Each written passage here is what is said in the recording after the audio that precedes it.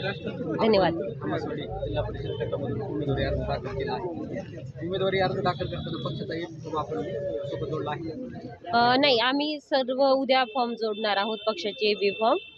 सगळे आमचे जेवढे उमेदवार आहेत कळंब तालुक्यामध्ये 8 ठिकाणी आम्ही उद्या जमा करणार आहोत. आणि काय सांगाल आता उमेदवारी अर्ज दाखल करायचा उद्याचा शेवटचा दिवस आहे, तर काही गटतट भरपूर प्रमाणात पडलेले आहेत.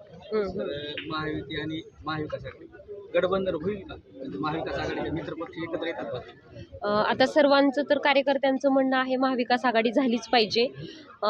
परंतु आता या विषयावर मी बोलू शकत नाही. आमचे वरिष्ठ पक्षातले आमचे खासदार माननीय ओमराजे निंबाळकर असतील, कैलास पाटील असतील आमदार, दोन्ही दादा या विषयावर बोलतील. मी या विषयावर बोलू शकत नाही. ते तुम्हाला मतदारांचा पाठिंबा भेटेल का असं वाटतं? हो, मला म्हणजे खूप छान प्रतिसाद भेटलेला आहे खमसवाडी गटामधून. विशेषतः महिलांचं भरभरून प्रेम माझ्यावर आहे आणि सगळे पुरुष असतील, सगळ्या वयोगटातले, वयोवृद्ध असतील, यंग जनरेशन असेल, सगळ्यांचा मला पाठिंबा भेटलेला आहे. आणि सगळ्यांची म्हणजे जनतेतून म्हणजे ॲक्च्युली मी उभा राहायचं कारण पण हे होतं की पूरग्रस्त, तुम्हाला माहितीच असेल, पूर आलेला होता. त्यावेळेस मी त्या सर्व भागांमध्ये मी मदत केलेली होती आणि त्याच भागातून एक म्हणजे कास्टचा उमेदवार पडल्यामुळे मला तिथून संधी पक्षाने दिलेली आहे आणि म्हणजे प्रतिसाद जनतेतून खूप छान प्रकारे आहे. ते तुम्हाला राजकीय वारसा आहे का काही घरात? याच्या अगोदर कधी उमेदवारी निवडणूक आपण सामोरे गेलात का त्या निवडणूक? मी कधी निवडणुकीला सामोरे गेलेले नाही. मी पुण्यामध्ये MPSC UPSC प्रिपरेशन करत होते. जेव्हा माझं सिलेक्शन झालं नाही त्यावेळेस मी कोविडच्या वेळेस, तुम्हाला सर्वांना माहिती असेल, माझं डेटॉलच्या हँडवॉशवर फोटो आलेला. सिव्हिल हॉस्पिटलला मी दररोज 200 टिफिन वाटत होते. तसंच इतर माझं सामाजिक काम बघून पक्षाने मला संधी दिलेली आणि त्याच माध्यमातून सामाजिक कार्य मी करत पुढे आलेले आहे. आणि कुठल्याही घरचा वारसा नसलेला, माझ्या घरी कुणीही नोकरदार नाहीये, कुणीही नाहीये. साधं एक चप्पलच्या दुकानवर माझ्या मम्मीने मला मोठं केलेलं आहे आणि त्यातून एक सर्वसाधारण मुलीला पक्ष संधी देत आहे. त्यामुळे नवीन जनरेशनला देखील हे खूप म्हणजे चांगली गोष्ट आहे की शिवसेना उद्धव बाळासाहेब ठाकरे पक्ष हा कधीही जातपात न बघणारा पक्ष आहे. कुठलीही तुमची आर्थिक परिस्थिती कशी आहे हे बघत नाही पक्ष. जो काम करतो त्याला संधी देणारा हा पक्ष आहे आणि आज मला पक्षाने इथे खमसवाडी गटातून संधी दिलेली आहे.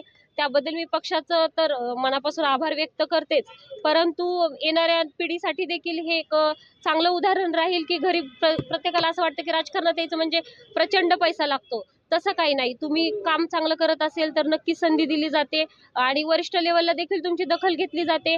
त्यामुळे असं काही बॅकग्राऊंड असावंच असं काही नाही आहे आणि माझं कुठल्याही प्रकारचं राजकीय बॅकग्राऊंड नाही. मला सांगा, आपण निवडून आल्यानंतर तुमचा पहिल्या 100 दिवसाचा रोडमॅप कसा असेल? मी निवडून आल्यानंतर माझं सर्वप्रथम ध्येय आहे की रोजगार निर्मिती. धाराशिव जिल्ह्यामध्ये तुम्ही पाहताय रोजगाराची संधी नाहीये. पुढे मुंबईसारख्या ठिकाणी सर्वांना जावं लागतं. तुम्ही मुंबईमध्ये जर बघितलं असेल तर गल्ली गल्ली बोळामध्ये महिला घरी बसून काम करतात. माझी इच्छा आहे की महिलांना घरपोच रोजगार भेटावा, वेगवेगळे उद्योग उभारावे. मुलांना मी वेगवेगळ्या योजनेमार्फत ऑलरेडी रोजगारसाठी काम करतच असते, मुलांच्या रोजगारासाठी, त्यांच्या कौशल्यासाठी.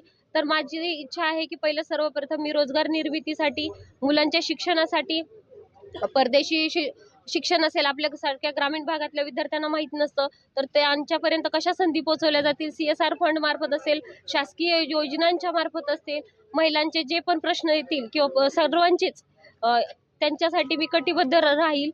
तसेच वेगवेगळ्या योजनेमार्फत ज्यांच्या अडचणी आहेत, बऱ्याच जणांचे कुणाचे हे नसतं म्हणजे त्यांचं वयस्कर लोकांचं डॉक्युमेंट्स अपुरे असतात, वेगवेगळ्या योजनांचा लाभ घेऊ शकत नाहीत त्या. परंतु मी सर्व गावांमध्ये, माझ्या 8च्या 8 गावांमध्ये सर्व योजनांचा कसा मला तिथे लाभ देता येईल हे मी पहिलं पाहणार आहे. सर्व योजनांचा मी माझ्या मतदारसंघातल्या व्यक्तींसाठी, मुलांसाठी, मुलींसाठी, महिलांसाठी, पुरुषांसाठी मी योजना राबवणार आहे.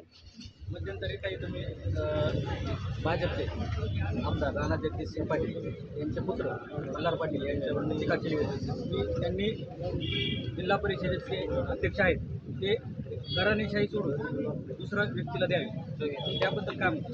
हे बघा, मी आता पण तेच म्हणते की सर्वसाधारण कुटुंबातली मुली, आता जेव्हा मी फॉर्म भरते म्हणजे एक तुम्ही विचार करा की कुणाचा तर नवरा तिकीट मागत असेल, कुणाचा तर भाऊ तिकीट मागत असतो, कुणाचे तर वडील तिकीट मागत असतो. परंतु जेव्हा एखादी स्त्री किंवा एखादी मुलगी स्वतः राजकारणात असते, जेव्हा तिला सगळं स्वतःच करायचं असतं, म्हणजे तिनं स्वतःच तिकीट पण स्वतःच उभा करायचंय, त्याचा आर्थिक खर्च तिनेच करायचे, तिनेच सगळीकडे पळायचं आहे. तर अशा सगळ्या अवस्थेमधून रात्र होते, कधी उशीर होतो, तुम्ही बाहेर जाता, बऱ्याच अडचणींमधून महिला काही असं नाही की फक्त तुम्ही आलात आणि गेलात असं न करता जर राजकारणात सक्रिय राजकारणात महिला मुली असतील तर माझं म्हणणं आहे ज्या वेळ देतात 100% वेळ देतात पक्षासाठी संघटनेसाठी वेळ देतात अशा उमेदवारांना तुम्ही पद दिले पाहिजे ना की घराणेशाही तुमच्याच घरी खासदार तुमच्याच घरी आमदार तुमच्याच घरी सगळंच म्हणजे हे न करता जिथं जिथं महिला आहेत जिथं महिलांसाठीची राखीव जागा असतील तिथं तिथं त्या त्या महिला कर्तृत्ववान महिलांना संधी दिली पाहिजे सर्वसाधारण महिलांना संधी दिली पाहिजे. जिल्हा परिषदेची सत्ता कुणाची येईल असं वाटतं? नक्कीच